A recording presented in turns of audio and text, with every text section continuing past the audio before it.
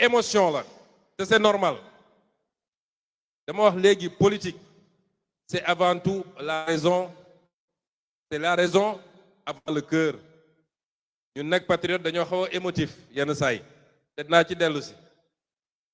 dañoo xaw a émotif rawatina nag lépp lu xaw a laal pros gars yi xaw a am nuñ ko jàppee mais yàlla buy defar day mel ni ku yàq man keroog dama sant yàlla parce que dama jàpp ni li ma doon ñaan yàlla ci clarification am naa ko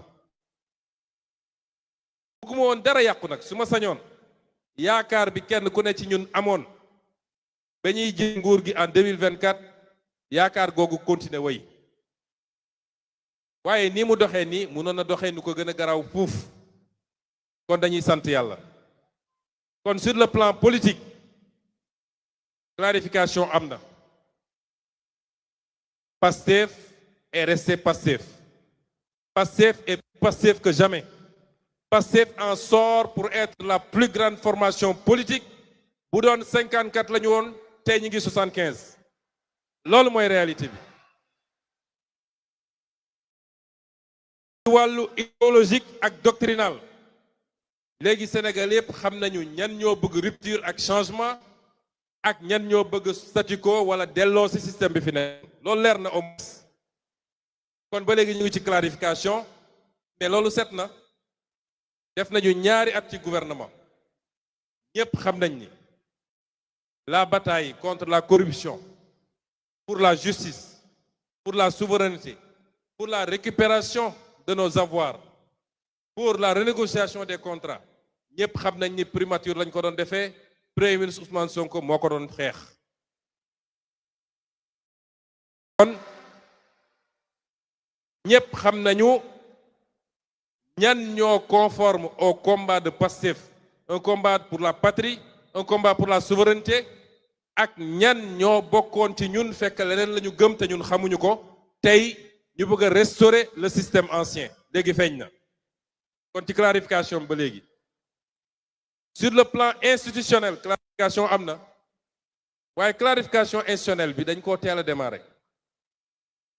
mooy bi ñu ñëwee toog ne asalaamaaleykum waaleykum salaam balaa ñuy toog sax gannaaw bu ñu désigné candidat am na ñu commencé woon gis moo tax keroog bi ñu dëgmalee élection législative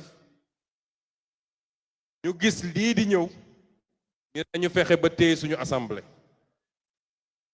ndax nit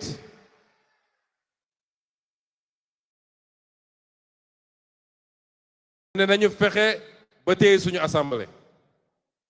ay suñu téewuloon assemblée bi ci jamono ji ay bu ñu loolu rëccoon ñu ne kon yàkkale dafa am fu mu yem yàkkale dafa am fu mu yem lu ko may rek nga fanaane fande yow ak sa njaboot kon nañu fexe ba am lu ñu téye te amul cër bu gën a central buy que assemblée nationale cim réew looloo tax ñu def li ñu def yàlla jàppale ñu ci militants yi takk seen ndigg ñu wëraat Sénégal yàlla jox ñu lii mu ñu jox kon assemblée bi tey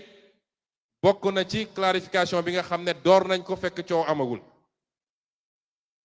kon clarification institutionnelle am na ñu dox nag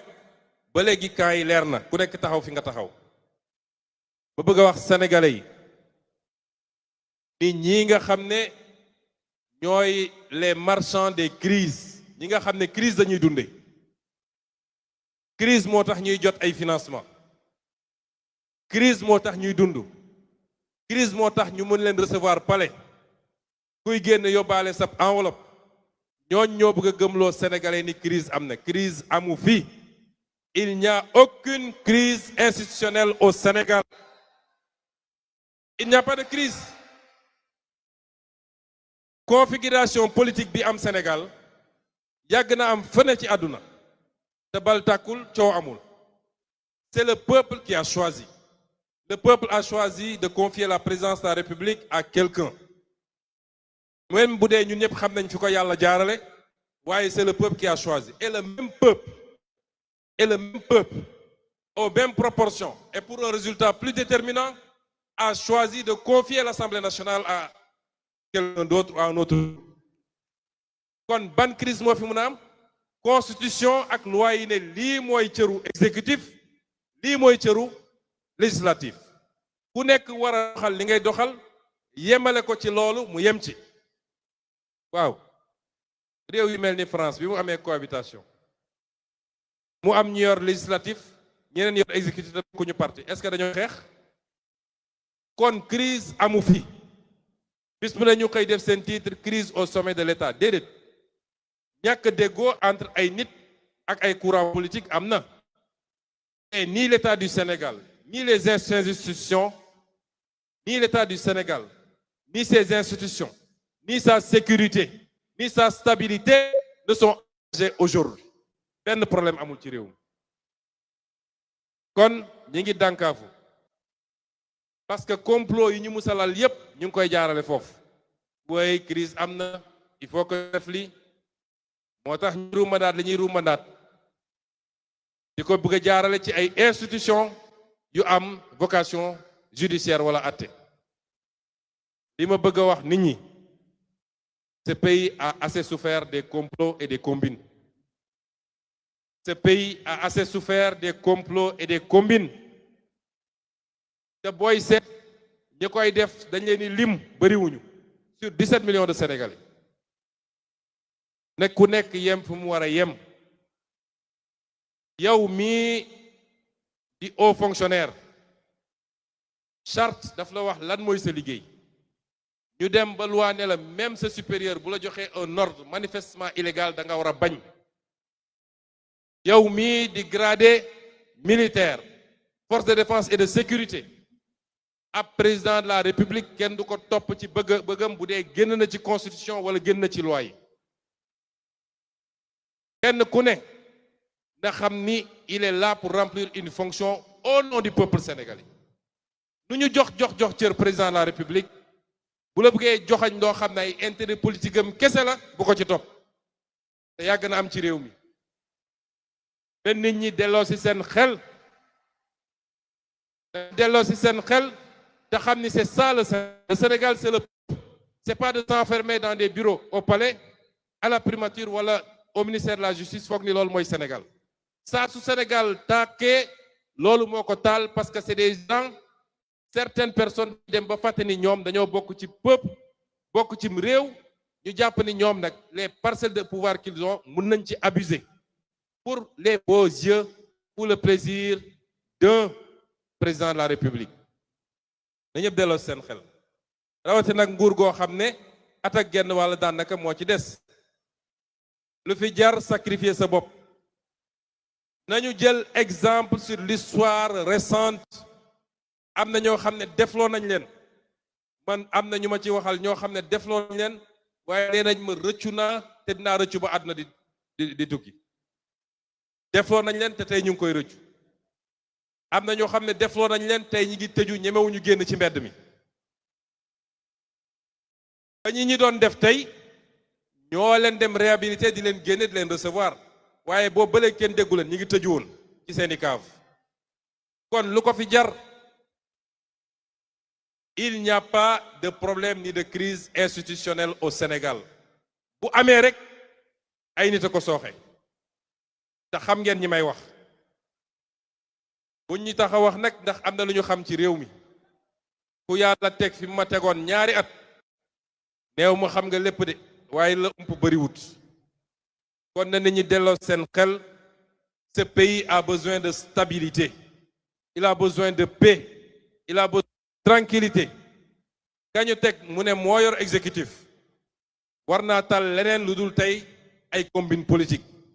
ndax réew mi métti na ñun ñëpp xam nañ ko lenn ndono la li ci ëpp bokk waaye am na loo xam ne man bi may nekk primature di liggéey fajar ba 1h du matin taluma parti taluma politique militants yi di ma mere ku nekk naan il est injoignable ba gëm ni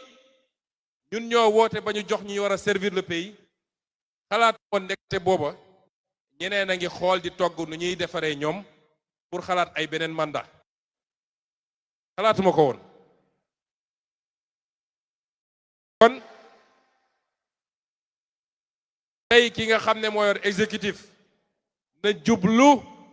nañ ko defee ci ñaari at yi ci yittey sénégalais yi parce que liy maywaat mandat du nu may def ba écarter tel candidat wala nu may def complot nu may def ba jënd tel maire